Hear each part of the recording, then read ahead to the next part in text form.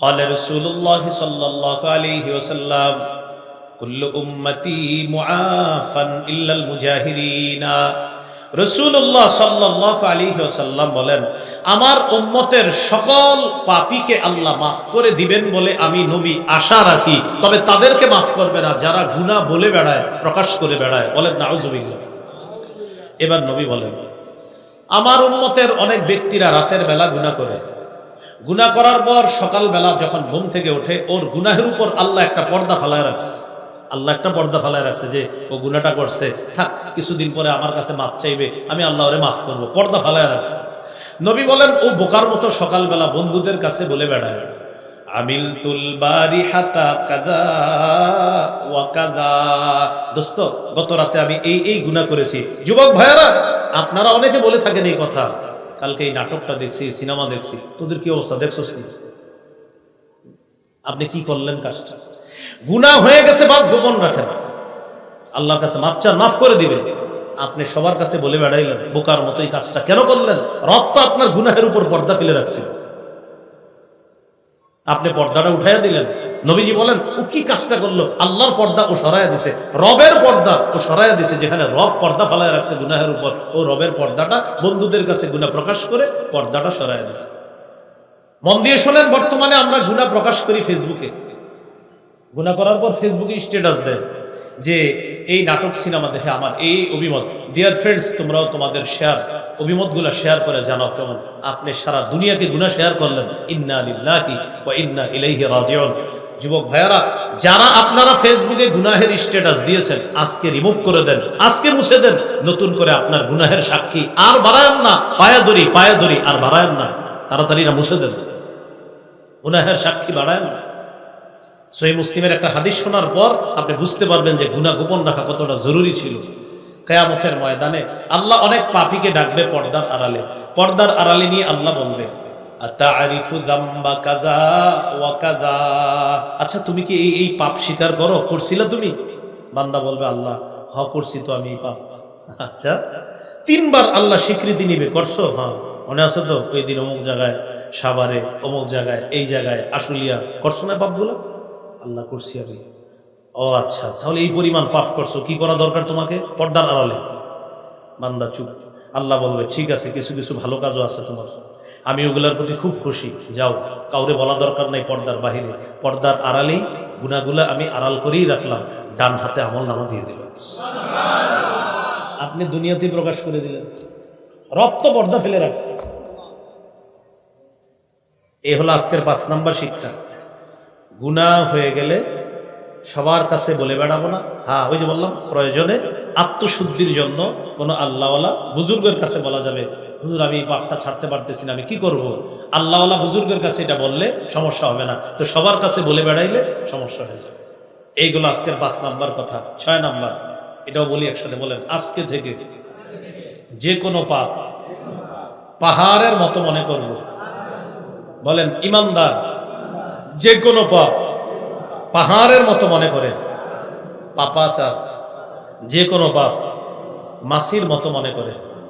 সবাই দিকে তাকান, দেখেন, এক ব্যক্তির জোহরের নামাজ ছুটে গেছে, আরেক ব্যক্তিরও জোহরের নামাজ ছুটে গেছে। কয়জন হইল? 2 জন। এই 2 জনের একজন হলো ওই ব্যক্তি যার গত 20 বছর কোনো নামাজ ছুটে নাই, আজকে হঠাৎ জোহর কাজা হয়ে গেছে।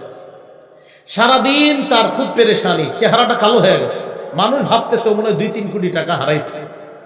ওলামায়ে কেরামও পেরেশান, ইমাম সাহেবও পেরেশান, তার চেহারা দেখে, ভাই কি হয়েছে আপনার? বলেন না, বলে না কিচ্ছু। হঠাৎ ইমাম সাহেব ভালো করে ধরছে, আরে কি হয়েছে বলেন? চোখের পানি ছেড়ে দিছে, হুজুর গত 20 বছর আমার নামাজ ছুটে নাই, আজকে জোহরের নামাজ আমার কাজা হয়ে গেছে। এই হলো ইমানদারের হালাত। আরেকজন পাপাচার, তার অবস্থা হলো এই, তারে জিজ্ঞাসা করছেন, তুমি জোহর বললা না? করি নাই। কি হয়েছে? কালকে বলবো। কালকেও পড়ে নাই, কি বললা না? করি নাই, কালকে বলবো। এইভাবে সে কোনো নামাজই পড়ে না। নামাজ পড়ো, শুক্রবারের নামাজ পড়ো, শুক্রবারেও জুমা পড়ে না। তখন আপনাদের এলাকার কেউ জিজ্ঞাসা, ভাই তুমি তো জুমাও পড়লা না? পড়ি নাই, আগামী সপ্তাহে পড়বে। অর্থাৎ তার কাছে নামাজ পড়া না পড়া এগুলা কোনো ব্যাপার না। মাসি যেমন নাকের ডগার সামনে দিয়ে আসে আর যায়, এটা একটা মাসি আমার কাছে। আর ওই যে ইমানদার যার 20 বছর নামাজ ছোটে না, তাহলে দেখলে আপনার মনে হবে যে এই দুনিয়ার সে সবকিছু হারায় ফেলছে এক ওয়াক্ত নামাজ কাজা হওয়ার কারণে। এটাই বুখারীতে আসছে। আব্দুল্লাহ ইবনে মাসউদ রাদিয়াল্লাহু তাআলা আনহু বলেন, ইন্নাল আবদাল মুমিনা ইয়ারা যুনুবাহু কাআন্নাহু কাঈদুন তাহতা জাবালিন ইয়াখাফু আন ইয়াকা আলাইহি।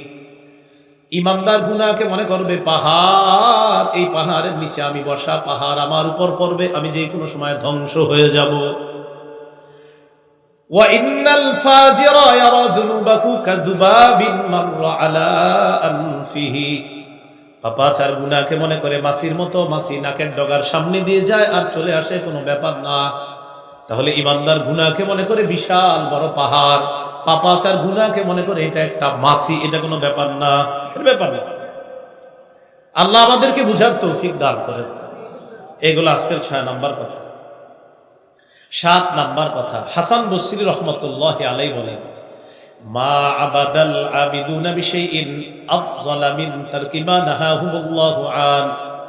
আল্লাহর ওলি তার জীবনের শ্রেষ্ঠ যে ইবাদতটা করে সেটা হলো হারাম কাজ থেকে বেঁচে থাকা। এটা আল্লাহর ওলির জীবনের শ্রেষ্ঠ ইবাদত। মুহাম্মদুল্লাহ হাফিজ জি হুজুর রহমতুল্লাহি আলাইহি নাম শুনলে আমাদের অন্তরে আসে যে বিরাট বড় এক আল্লাহর ওলি। আব্দুল কাদের জিলানী নামটা শুনলে আমাদের দিলে আইসা পড়ে বড় পীর আব্দুল কাদের জিলানী। হাসান বসরি নামটা আমাদের মাথায় আসলেই মনে আইসা পড়ে যে এমন একজন মানুষ যিনি অলিকুল শিরোমণি একজন। প্রশ্ন হলো অলিদের জীবনের শ্রেষ্ঠ ইবাদত কি? আমার সাথে বলেন, বলেন গুনাহ না করা। বলেন সবাই, অলিদের জীবনের শ্রেষ্ঠ ইবাদত কি? এই জন্য আপনি হাফিজ জি হুজুর উনি এত বড় আল্লাহর ওলি, কোন আলেমরে জিজ্ঞাসা করবেন, হুজুর হাফিজ জি হুজুর এত বড় আল্লাহর ওলি, ওনার বড় ইবাদত কি? আলেমরা বলবে না যে উনি বেশি তাহাজ্জুদ পড়তেন আর বেশি কোরআন পড়তেন, আর তাহাজ্জুদও পড়তেন, কোরআনও পড়তেন। বাকি এটা না বইলা আলেমরা বলবে হাফিজ জি হুজুর গুনাহ করতেন না, চোখটা সারাক্ষণ নিচে থাকতো, এটা বলবে। তাহলে বোঝা গেল কি? আল্লাহর ওলিদের জীবনের শ্রেষ্ঠ ইবাদত গুনাহ না করা। বলেন আল্লাহর ওলিদের জীবনের শ্রেষ্ঠ ইবাদত। এই হলো আজকের 7টা কথা জানলাম। আজকের আলোচনার প্রথম পার্ট এতটুকু। এবার আমি দ্বিতীয় পার্টে যাচ্ছি, একটু মন দেন, শেষ করে দিচ্ছি ইনশাআল্লাহ। প্রথম পার্টটা আমি আবার বলি। 1 নাম্বার, নগদ পাপগুলা ছেড়ে দিব ইনশাআল্লাহ। আজকে আমরা ছেড়ে দিয়েছি ইনশাআল্লাহ। দ্বিতীয় আলোচনা, নতুন করে আজকের পরে আমরা পাপের কাছেও যাব না ইনশাআল্লাহ। 3 নাম্বার, কবিরা গুনাহের মধ্যে যদি ডুবে থাকি এই মুহূর্তে আমরা এগুলা ছেড়ে দিব। 4 নাম্বার, হারাম থেকে বেঁচে শ্রেষ্ঠ আবেদ হওয়ার চেষ্টা আজকে থেকেই করব। 5 নাম্বার, আমরা যে বিষয়টা শিখলাম, কখনো কোনো গুনাহ হয়ে গেলে সবার কাছে বলে বেড়াবো না, প্রয়োজনে কোনো আল্লাহওয়ালার কাছে বলা যাবে না। 6 নাম্বার, আজকে থেকে যে কোনো গুনাহকে আমরা মনে করব পাহাড়ের মতো, আর পাপাচার মনে করবে গুনাহ মাছির মতো।